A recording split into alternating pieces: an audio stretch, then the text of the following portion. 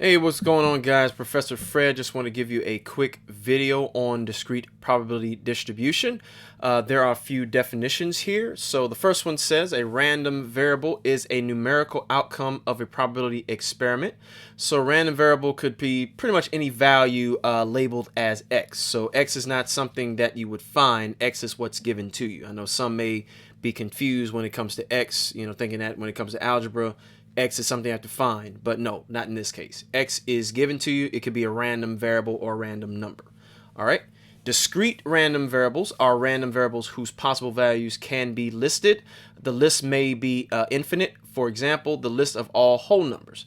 All right. So again, with the list being infinite, those numbers can be what discrete itself means that it's countable, that it is a countable set. All right. But the list of countable numbers can go on forever. So you could start from 0. In this case, since it's using, for example, the list of all whole numbers, it could start from 0, go to 1, 2, 3, 4, 5, so on and so forth like that. But it could also be integers, which means you could have some negative values in there for random variable x, and that can go in both directions. All right, so you're talking about the negative side, the positive side, like that. All right. Continuous random variables are random variables that can take on any value in an interval. The possible values of a continuous variable are not restricted to any list. So think of a continuous random variable as simply decimal. So the decimal can be any range, like it said, take on any value in any interval. Okay. So a good example of that would be, let's say if you're checking cows and how much milk they're producing. So there's not going to be any cow that you have that's going to give you an exact number of gallons of milk or liters of milk like that. So you're going back to your discrete. So with continuous, it could be anywhere from, like, let's say 2 point something, 3 point something, 4 point something. I'm just throwing numbers out there. That's what continuous means. So they can take on any value in the interval. So that's what that means. But for the case of this video, we're just going to stick to the discrete random variables and discrete probability distributions. Okay. Now, for looking at probability distributions, if you have these tables where you have your random x values listed and you have your probabilities listed as well, they must follow these two guidelines, and these are the guidelines. All right, let P of x denote the probability that a random variable has the value x, which I mentioned before. Then each individual probability can be either between 0 and 1. Okay, so a probability you can have a 0 probability, which means nothing happens, or you can have the probability up to 1 or equaling 1, where it's more than likely it's going to happen. All right, but it can be anywhere from like 0.1, 0.2, 0.3, like that, or 0.01, 0.02, like that, so on and so forth.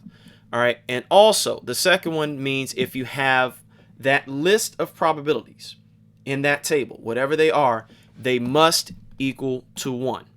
All right, they must equal to 1. So it can't be less than 1, can't be greater than 1. Otherwise, it is not a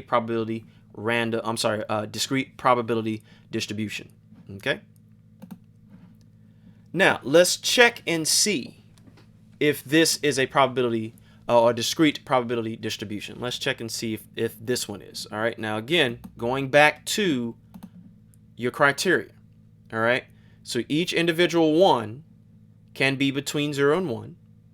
All right. So it can equal to 0 and it can all equal up to 1.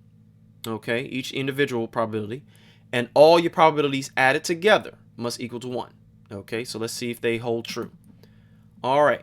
So far, each probability in this case do follow that first guideline, because they all fall between 0 and 1.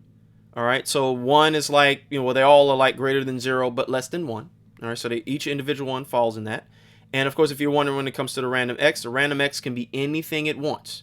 All right, in this case, discrete, so these are countable. Okay, but let's see if the entire probability, so in other words, the summation of the probabilities, add up to 1. So let's check. So I'm going to add these up. All right, so I'm just going to simply type in my summation like so. And oh no, look, 1.5. So that means no, No. So no. This is not a probability distribution or a discrete probability distribution, because when you add up each one of these probabilities, the first guideline was set. The first guideline was set because each one was between 0 and 1. So that one was set. That was satisfied.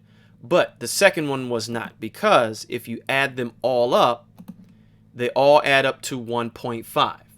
As we know, that's greater than 1. So no, this is not a discrete probability distribution. All right. Let's check this one out. Now again, the x's can be anything they want. They can be negative or positive. All right, so these are integers. Okay, and you may have some that are scattered like that. That can happen. All right, but what we're looking at are the probabilities. So the probability of a -4 or random variable of -4 happening is about 35%. The random variable of -1 happening is 0.25%. 0 is 0.15, and 2 is 0.25. Okay. So again, it follows the first, all right, the first guideline of each individual probability falling between 0 and 1. So you have the 0.35, of course, that's greater than 0, less than 1. 0.25, the same thing. 0.15 and 0.25, as you can see. Now, let's see if it satisfies the second guideline. I'm going to add all these up. Let's check it out and see. There it is. So it added up to 1. All right. So that satisfies the second guideline. So that means that this is a probability distribution.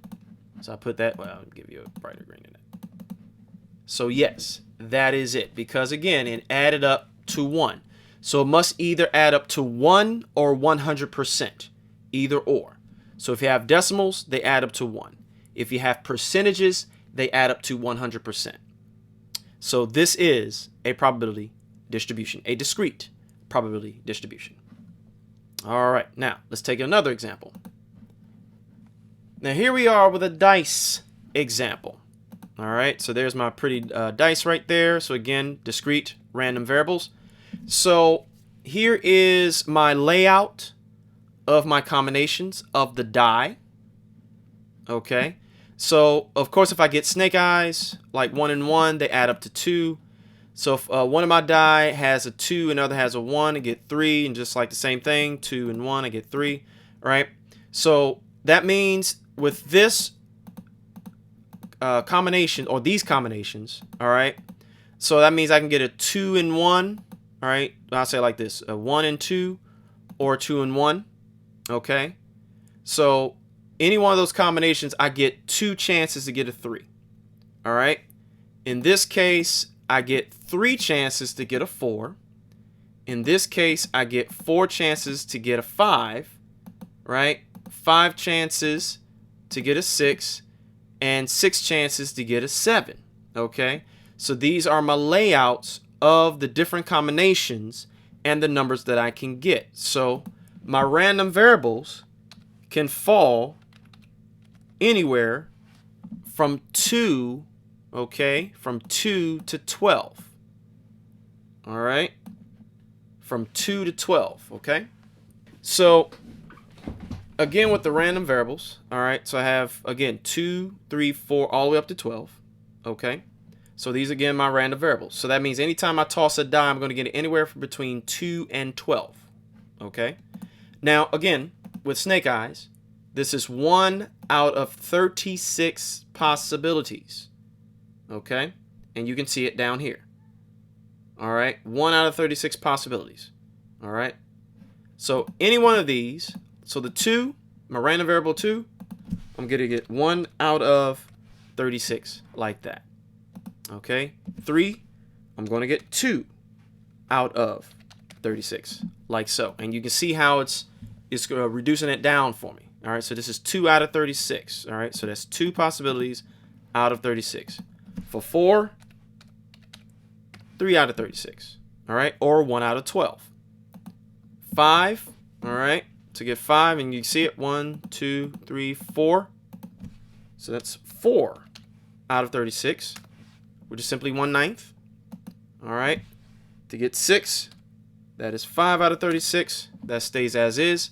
So that means that, you can't reduce it down, so there are no common factors, just in case if you're trying to check that out. And then 7 is 6 out of 36. And look at that.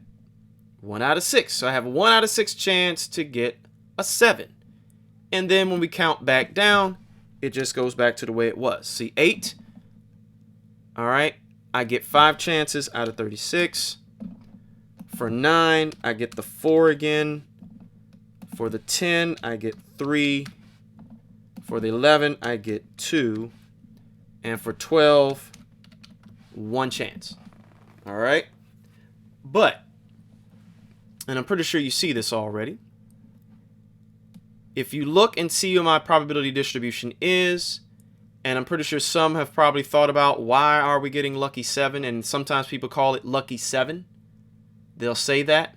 Well, it has nothing to do with luck. It has everything to do with probability.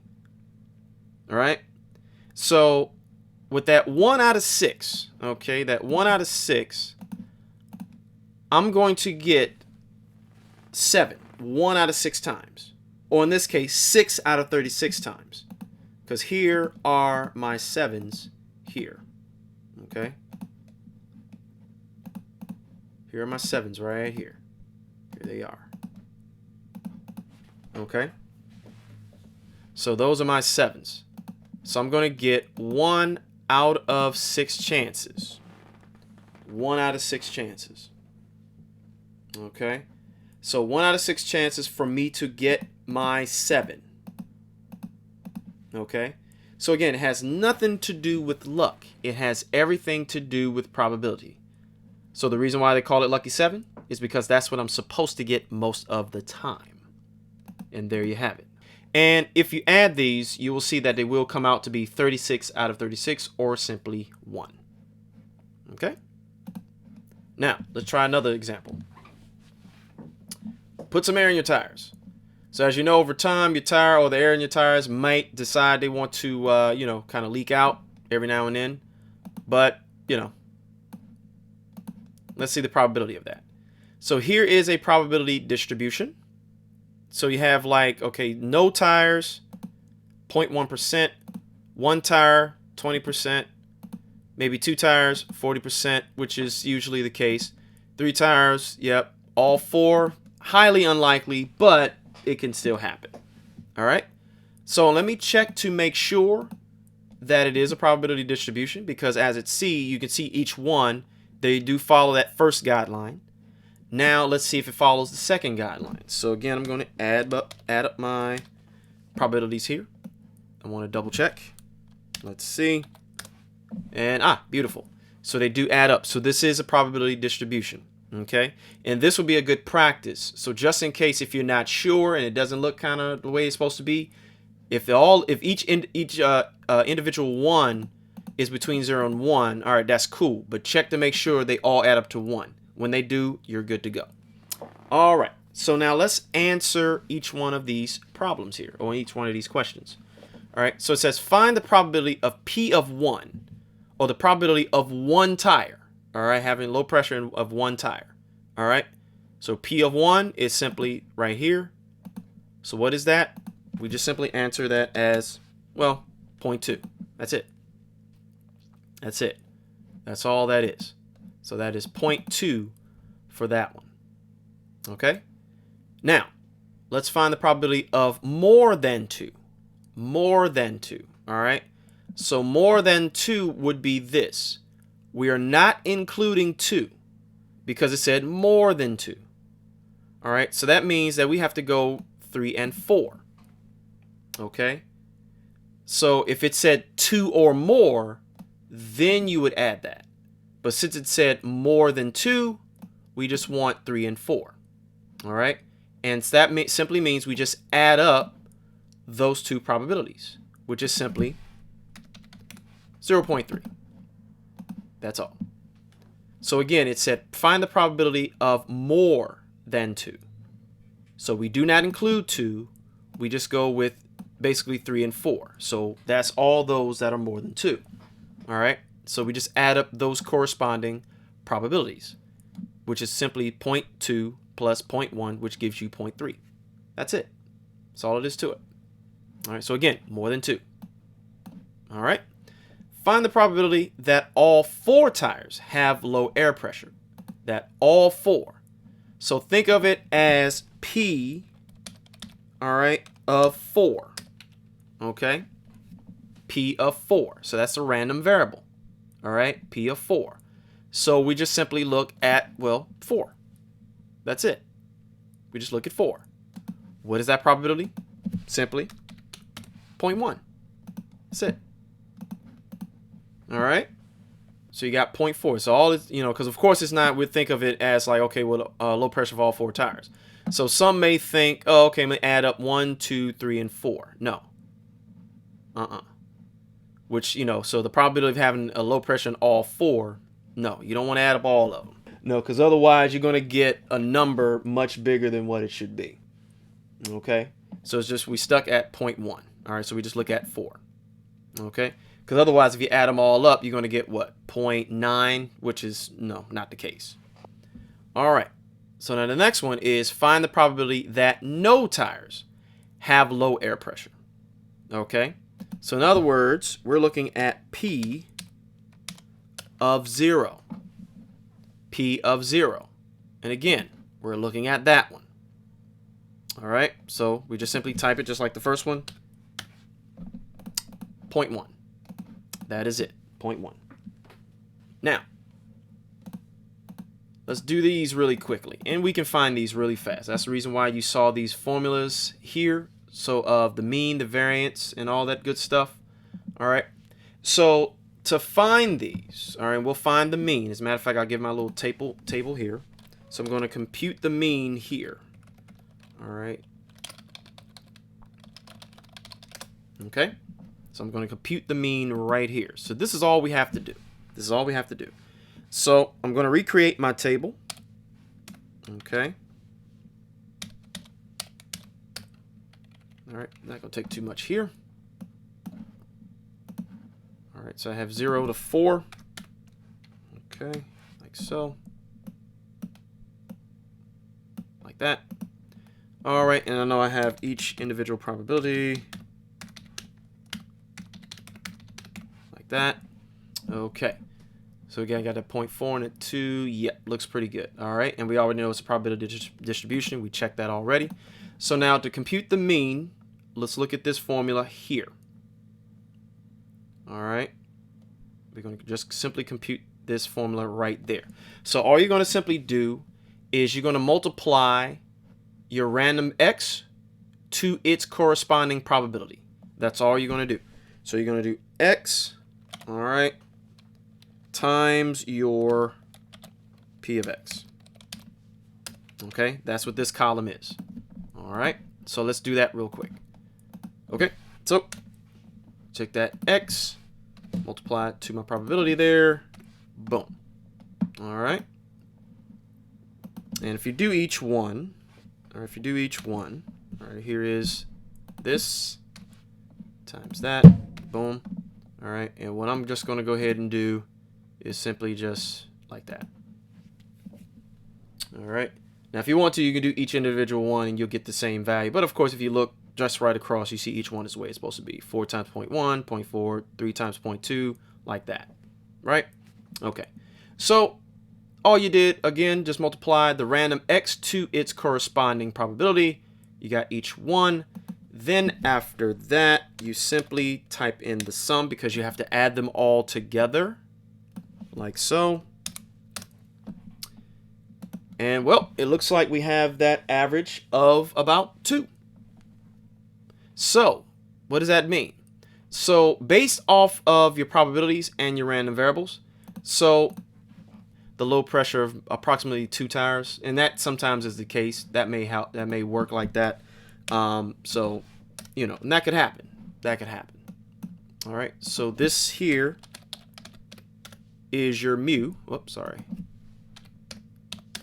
Like that. So that is your average there.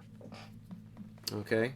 Now the last part is compute the standard deviation, which is that little sigma there, lowercase sigma. All right. Okay. so this is what we're going to do. So I'm going to keep what I have here, and we can use either one of these. All right, we can use either one of these. So we can use the one here where you have the summation of x squared times p of x, and then you're subtracting mu squared from it, and then you add them all up.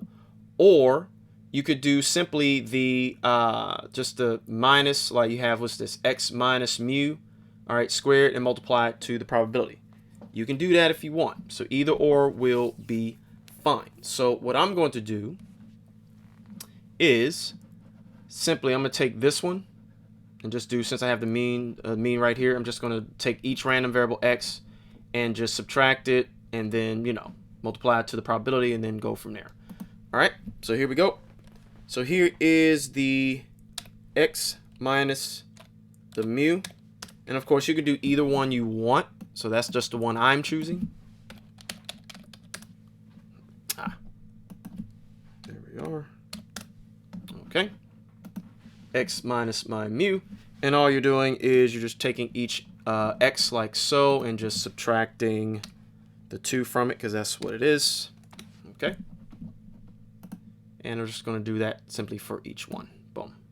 All right. There you go. And then for that next part, and of course, if you already know how to do this, you can always go straight to the point if you want. So I'm just doing it in parts here. Okay, there we are. So for this one, we simply square it. All right, so now we have our column where we square each one. So you just simply take each one of these and square them like that. Boom. All right, we know what to do here. All right, so what we're doing is we're calculating the variance, because we cannot find standard deviation without getting variance first. All right, so that's what we're going to do. All right, so now we're taking this part, control, put it over here, copying it, and we know we have to multiply to each individual probability. Okay. And let me spread this out so you could see it. Oops.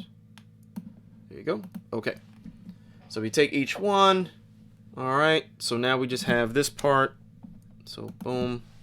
And this. There you are. Okay. There we have it. And then we're just going to add up each one.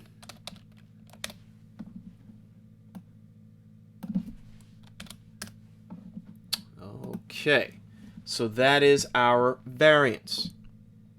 Okay, that is our variance. And now to find standard deviation,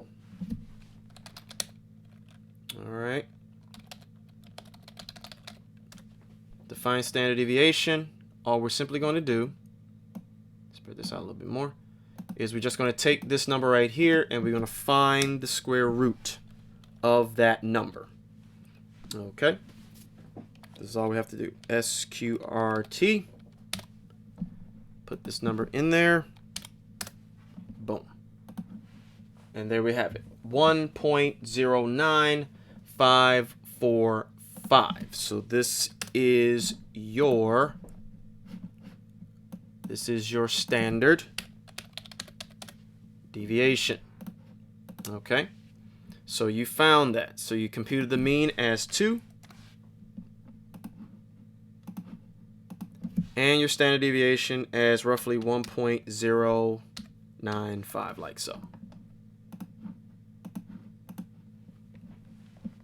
All right, and there you go. So with that 1.095, you can say, like, okay, give or take, well, that number from your mean. So that means you're going to have some values on average about 1.095 up and about 1.059 down.